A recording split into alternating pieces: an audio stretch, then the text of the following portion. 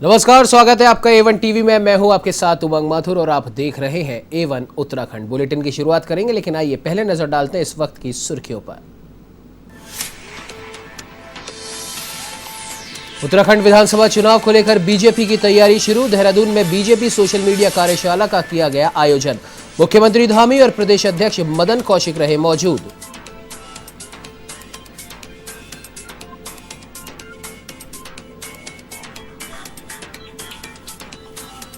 उत्तराखंड में दल बदल को लेकर बयानबाजी हुई तेज। बीजेपी के राष्ट्रीय मीडिया प्रभारी अनिल बलूनी ने कहा कि बीजेपी को लगाना पड़ेगा अब हाउसफुल का बोर्ड। तो कांग्रेस अध्यक्ष गणेश गोदियाल बोले, भाजपा के कई नेता हमारे संपर्क में।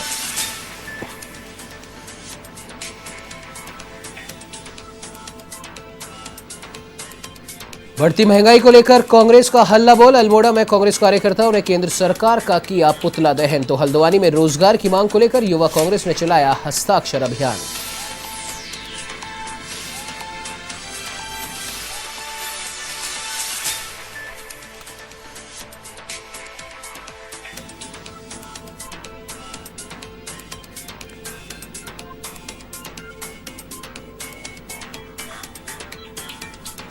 लक्सर में पुलिस की बड़ी कार्रवाई। सिमली में 2 युवकों को किया गिरफ्तार। एक तमंचा और जिंदा कारतूस भी किया बरामद। आर्म्स एक्ट में मुकदमा दर्ज।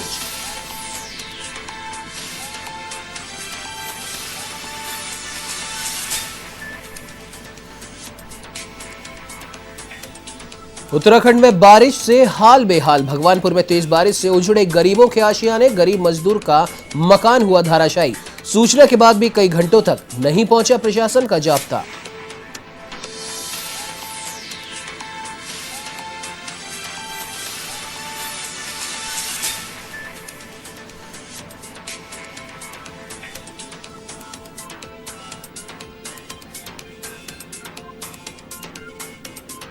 अब आइए खबरों का रुख करते हैं विस्तार से। आपको बता दें कि उत्तराखंड में होने वाले 2022 के विधानसभा चुनाव के लिए बीजेपी ने अब अपनी तैयारियां तेज कर दी हैं।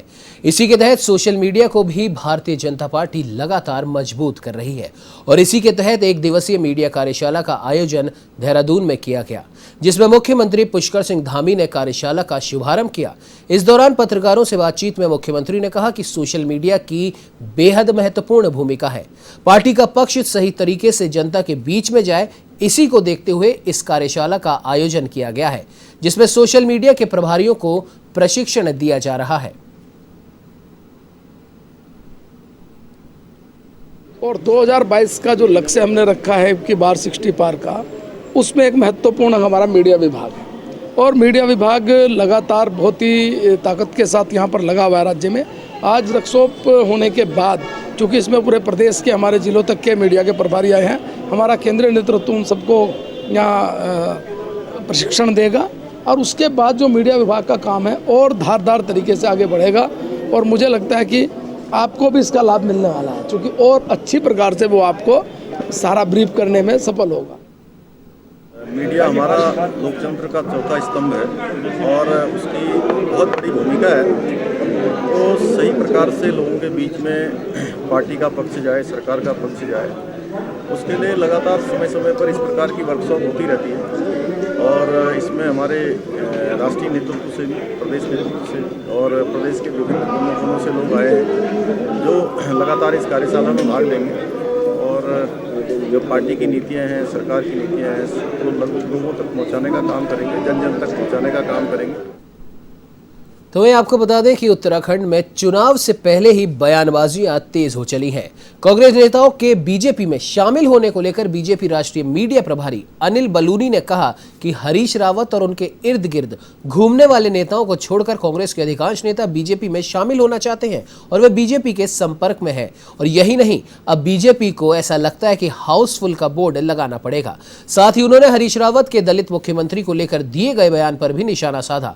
पलटवार करते हुए प्रदेश कांग्रेस अध्यक्ष गणेश गोदियाल ने कहा कि भाजपा के भी बहुत से नेता कांग्रेस के संपर्क में हैं और पार्टी इनके बारे में गुण दोष के आधार पर फैसला लेगी।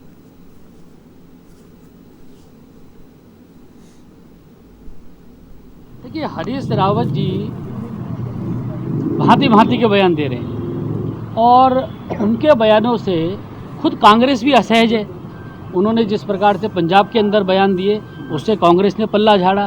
वो इस तरह के बयान देते ही रहते हैं और उनके बारे में भांति भांति की जिस तरह की चीज़ें आती हैं, अभी उन्होंने जो आपने बताया बयान दिया, उनके बाद बहुत सारे ऐसे मौके थे।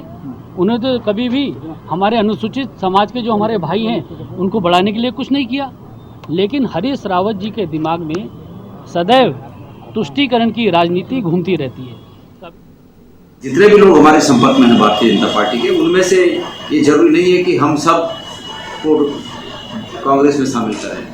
हमारे कांग्रेस के जो ऐसे कार्यकर्ता हैं, ऐसे पदाधिकारी हैं जो पिछले 5 सालों से भारतीय जनता पार्टी के खिलाफ, उनकी कुनीतियों के खिलाफ और उस क्षेत्र की जनता के सुख और दुख में हमेशा 5 साल तक उनके साथ खड़े रहे, तो उनके हितों को भी देखा जाएगा, उनके हितों के साथ भी समझौता नहीं किया जाएगा।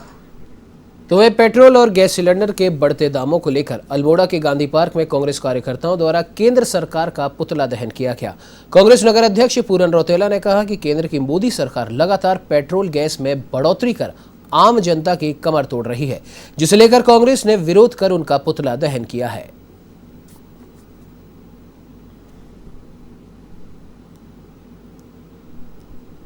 लगातार जो खाद्य तेलों के मूल्य बढ़ाए जा रहे हैं और गैस 970 कर दी गई है, पेट्रोल डीजल के रेट बढ़ाए गए हैं, उसको लेकर के केंद्र सरकार का यहाँ चौखान बाटा में हम सारे कांग्रेस जनों से एकजुट होकर पुतला दहन किया गया है।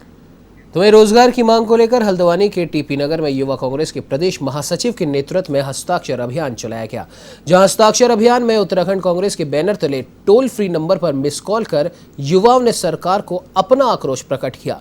तो वहीं युवा कांग्रेस प्रदेश महासचिव का कहना है कि 2014 विधानसभा चुनावों में भाजपा ने सरकार में आने से पहले युवाओं से रोजगार देने को लेकर बड़ी बड़ी बातें की थी, जिसमें सरकार बनने के बाद 5 सालों में बेरोजगारी का ग्राफ कम होने की जगह काफी बढ़ गया है।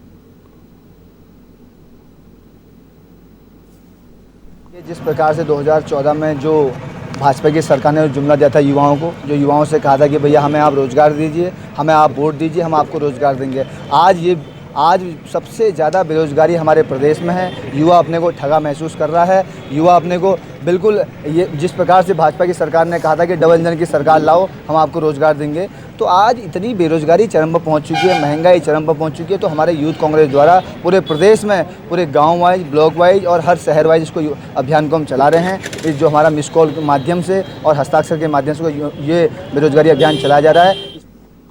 तो उत्तराखंड के लक्सर में बसपा के पूर्व विधायक शहजाद ने एक प्रेस वार्ता कर विपक्षी पार्टियों पर निशाना साधा। इस दौरान पूर्व विधायक ने लक्सर के वर्तमान विधायक को खनन माफिया तक बता दिया। उन्होंने कहा कि संजय गुप्ता को जनता से कोई सरोकार नहीं है।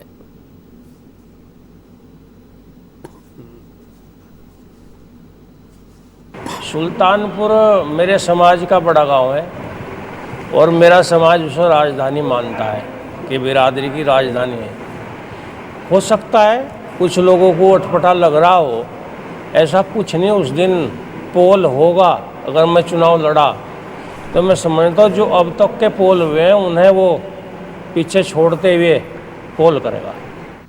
तो वहीं कृषि कानूनों के विरोध में किसान लंबे समय से विरोध प्रदर्शन कर आंदोलन कर रहे हैं। इसी क्रम में संयुक्त किसान मोर्चा ने 27 सितंबर को कृषि कानूनों के विरोध में भारत बंद का आह्वान किया है।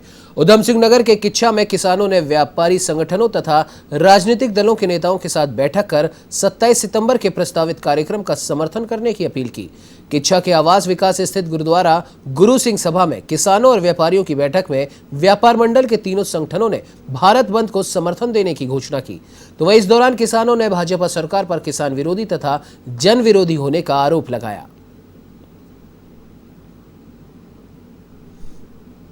23 नेट बैंक खुले हैं, जिसमें 18-19 अरब का ये कारोबार नेटवर्क के जरिए होता है, जो 2023 तक वो कम से कम 300 अरब डॉलर का हो जाएगा। तो इसी चलते छोटे दुकानदार बंद हो जाएंगे। कई दुकानदारों या किसी समझते हैं ये किसानों का आंदोलन है। देखिए, जो 3 कृषि काले कानून बनाए हैं इस गवर्नमेंट ने, जो थोपे हैं ज़बरदस्ती किसानों के ऊपर, उसके रोष में पूरा भारत बंद 27 को संयुक्त किसान मोर्चा के आह्वान पर 27 को किया जाएगा और ये ऐतिहासिक होगा कि जो 27 तारीख को पूरा भारत बंद किया जाएगा।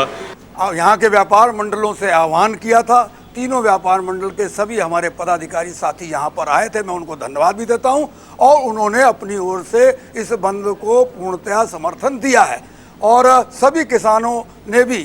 उसके बाद हम 26 तारीख को यहाँ पहले एक दिन घूमेंगे भी, व्यापारियों से निवेदन भी करेंगे और 27 तारीख को पूरा दिन व्यापार मंडल के सहयोग से किच्छा व्यापार पूरे व्यापारी प्रतिष्ठान बंद रहेंगे। हालांकि तो वहीं अल्मोड़ा जनपद के 11 विकास खंडों में ग्रामीणों को स्वरोजगार से जोड़ने के लिए उद्यान विभाग करीब 100 लोगों को मशरूम उत्पादन की तकनीक की जानकारी दे रहा है और 80 टन वर्मी कंपोस्ट खाद मुहैया कराएगा ताकि काश्तकार अपनी आय बढ़ा सकें और साथ ही साथ जनपद में केसर की खेती को भी बढ़ावा देने की कवायद शुरू की जा रही है। जैसा कि विदित है कि हमारा अल्मोड़ा जनपद में सब्जी मसाला के उत्पादन में काफ़ी अग्रणी है।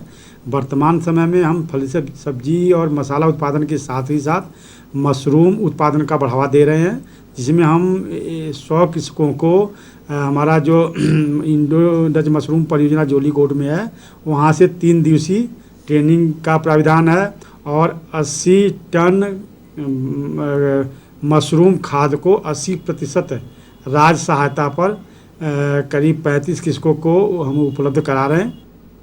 खबर उत्तराखंड के उधम सिंह नगर से है, जहां के खटीमा में रेड क्रॉस सोसाइटी का निर्विरोध चुनाव संपन्न हुआ, जिसमें उप जिलाधिकारी भी मौजूद रहे। इस चुनाव प्रक्रिया को तहसील सभागार में आयोजित किया गया, जिसमें Vimal Kumar red cross society के चेयरमैन चुने गए और उत्तम कुमार को रेड क्रॉस सोसाइटी का जिला प्रतिनिधि बनाया गया। इस दौरान सोसाइटी के मेंबर और पदाधिकारी भी मौजूद रहे। हर 3 साल के बाद चुनाव होता है। इसमें जो अध्यक्ष एसडीएम महोदय, उपाध्यक्ष जो है हमारे जो स्वास्थ्य अधिकारी जो है सुषमा नेगी जी हैं, ये पदेन होते हैं। उसके अलावा हमारे जो चेयरमैन वाइस चेयरमैन इनके चुनाव होते हैं, जिसमें आज के चुनाव में जो है मुझे विमल कुमार को जो है चेयरमैन चुना गया। तो वहीं आज़ादी के अमृत महोत्सव के तहत अल्मोड़ा के आर्मी स्कूल में सिख रेजिमेंट छात्र छात्राओं के लिए कई प्रतियोगिताओं का आयोजन उन्होंने किया। प्रतियोगिता के बाद विजेता प्रतिभागियों को पुरस्कार वितरण भी किया गया। साथ ही उनको देश के महानायकों के योगदान की जानकारी दी गई।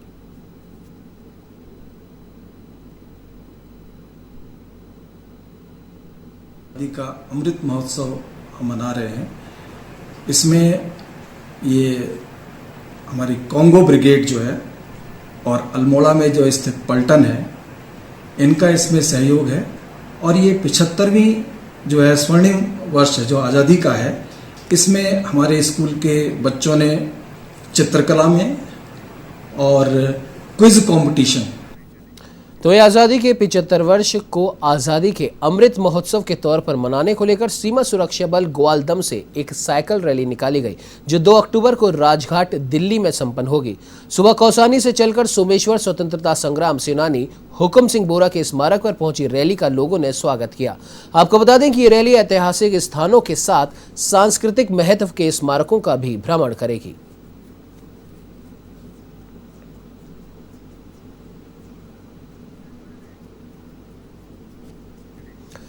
तो एक गवर्नमेंट पेंशनर्स वेलफेयर ऑर्गेनाइजेशन की रामगंगा शाखा के आंदोलन को अब 1 माह पूरा हो गया है। संगठन के सदस्यों ने गोल्डन कार्ड योजना में विसंगतियों को दूर करने की मांग को लेकर अल्मोड़ा जिले के भिकियासेण तहसील मुख्यालय पर धरना प्रदर्शन किया, जिसमें भिकियासेण के साथ ही चौखटिया, सल्ट और सियालदे ब्लॉक के रिटायर्ड कर्मचारी और अधिकारी मौजूद रहे।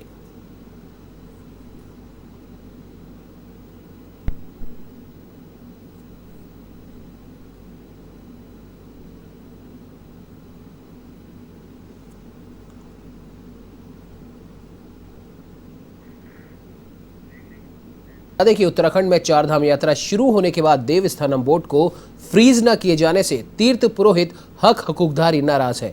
उन्होंने मुख्यमंत्री के 30 अक्टूबर तक दिए गए आश्वासन को स्थगित किया और अपने आंदोलन को फिर से शुरू करने की घोषणा कर दी है।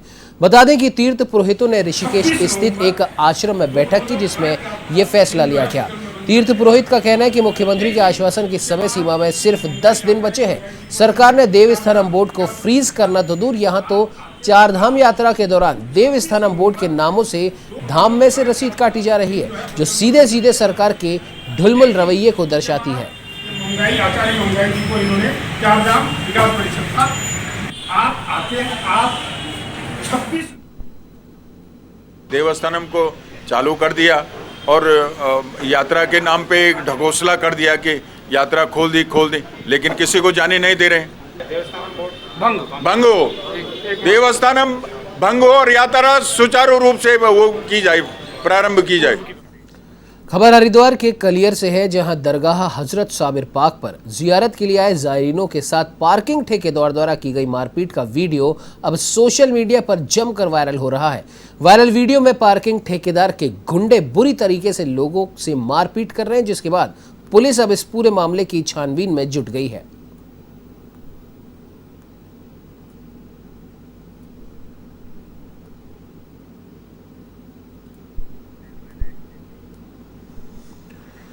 वहीं उत्तराखंड के अल्मोड़ा में मानदेय बढ़ोतरी समेत 12 सूत्रीय मांगों को लेकर आशा कार्यकर्ता पिछले 53 दिन से धरने पर बैठी हैं और इसी के चलते आशा कार्यकर्ताओं ने गांधी पार्क में सरकार के खिलाफ विरोध प्रदर्शन कर अपनी नाराजगी जताई।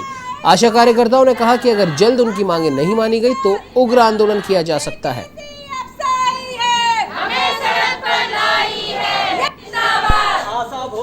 आंगनबाड़ी एकता जिंदाबाद जिंदाबाद जिंदाबाद, योजना कर्मी जिंदाबाद जिंदाबाद। महीने में 1 महीना पूरा हड़ताल में रहे हैं और उसके बाद हम 31 अक्टूबर को खटीमा गए हैं, जहां से हमको मुख्यमंत्री जी ने आश्वासन दिया था कि हम 20 दिन के अंदर आप लोग की कुछ न कुछ जो भी होगा अच्छा करेंगे, सुनवाई करेंगे। लेकिन 20 दिन हो गए, आज 24 तारीख हो गई है, उन्होंने अभी तक कोई सुनवाई नहीं करी है। इसलिए आज हमको दोबारा यहाँ पे धरने में आना पड़ रहा है। उन्होंने बहुत उससे हमको आश्वासन दिया था कि आप लोग जाइए और मैं करूँगा, कुछ ना कुछ करूँगा। जब यहाँ अल्मोड़ा आए थे, हमने कहा चलो उन्होंने आश्वासन दे रखा, हमने तब भी उनसे कुछ नहीं कहा। तो वहीं लक्सर में अपराधियों का अवैध हथियार साथ लेकर घूमने का सिलसिला बदस्तूर जारी है। सिमली में 2 युवकों को अवैध तमंचे के साथ खुलेआम सड़क पर घूमते देखा गया।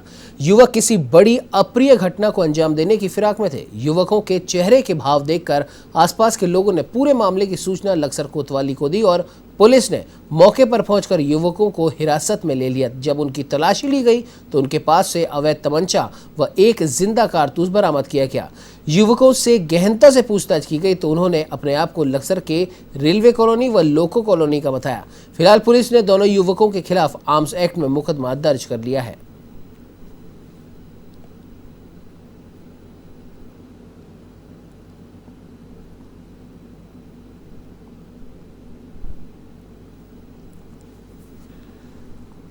बड़ी खबर आपको बता दें, लक्सर से आ रही है, जहां एक अवैध तमंचा और जिंदा कारतूस 2 युवकों से बरामद किया गया है और आर्म्स एक्ट के तहत उन्हें गिरफ्तार भी कर लिया गया है।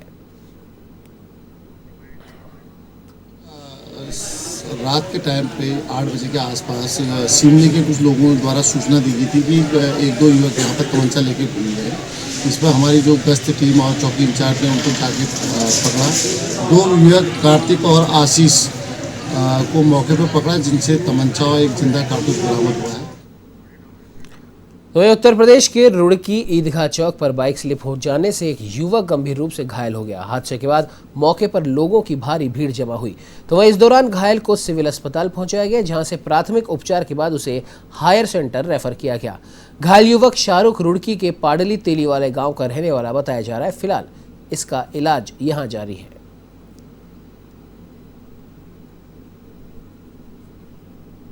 कर रहा था डिवाइडर से के ऊपर से चढ़ के, है ना, रॉन्ग साइड से। तो ये उधर से आ रहे थे, इधर ईदगाह चौक की साइड, रामपुर चुंगी की साइड से। तो उनकी आपस में टक्कर लगी है। ये आदमी इधर गिर गया और उसका इसने हेलमेट नहीं पहन रखा था लड़के ने, तो इसका सर लग गया जमीन में नीचे दबा और फिर तभी वो गाड़ी के नीचे दबा रह गया। फिर ब्लीडिंग हुई, इसको साइड में लेटवाया हमने। ये मैं जा रहा था, वहाँ पे देखकर भीड़ लगी हुई है, काफ़ी भीड़ हो रही थी। तो हम लोग बाइक से उतरा, देखा ये पड़ा है, बहुत ब्लीडिंग हो रही थी वहाँ पे। तो हमने एकदम उठाया, इसको लेके आ गए। पता चला कि अभी ये तो मेरे को कंफर्म नहीं किसी ने एक्सीडेंट किया है या गिर के इसके सर में चोट लगी है। डिस्कवर है इसके, डिस्कवर ब्लू कलर, तेली वाले का रहने वाला है, नाम है इसका शाह। खबर हरिद्वार के भगवानपुर से है, जहां तेज बारिश से गरीब मजदूर का मकान धाराशायी हो गया।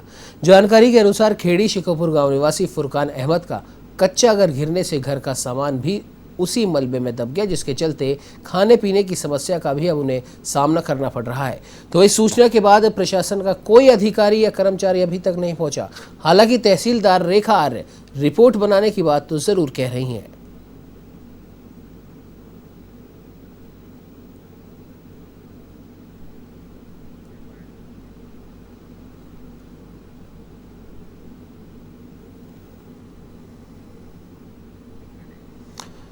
तो देश की राजधानी दिल्ली की रोहिणी कोर्ट में गैंगवॉर से सनसनी फैल गई। यहां मोस्ट वांटेड गैंगस्टर जितेंद्र उर्फ गोगी की गोली मारकर हत्या कर दी गई, जिसके बाद कोर्ट परिसर में शूट आउट हुआ और हमलावरों को भी मार गिराया गया। इस शूट आउट में अब तक 3 लोगों की मौत की पुष्टि हो चुकी है। इनमें से एक जितेंद्र है, जबकि 2 हमलावर हैं जो कि जितेंद्र पर ही हमला करने आए थे। जितेंद्र उर्फ गोगी तिहाड़ जेल में बंद था, जिसे पेशी के लिए लाया गया था और इसी दौरान रोहिणी कोर्ट के परिसर में बदमाशों के बीच शूट आउट हो गया। दिल्ली पुलिस के मुताबिक 2 हमलावर वकील बनकर कोर्ट परिसर में पहुंचे थे, जिन्होंने गैंगस्टर जितेंद्र पर गोली चलाई। स्पेशल सेल की टीम जितेंद्र को कोर्ट रूम लेकर गई थी, जहां पर यह घटना घटित हुई। कहा जा रहा है कि दिल्ली के टिल्लू गैंग ने जितेंद्र की हत्या की है। जो 2 हमलावर ढेर हुए उनमें एक राहुल, जिस पर पहले से 50,000 का इनाम है, और जितेंद्र को 2 साल पहले ही स्पेशल सेल ने गुरुग्राम से गिरफ्तार किया था। दिल्ली पुलिस की स्पेशल सेल के मुताबिक जितेंद्र गोगी ने अपराध के जरिए अकूत संपत्ति कमाई थी। जितेंद्र गोगी के नेटवर्क में 50 से भी ज्यादा लोग हैं।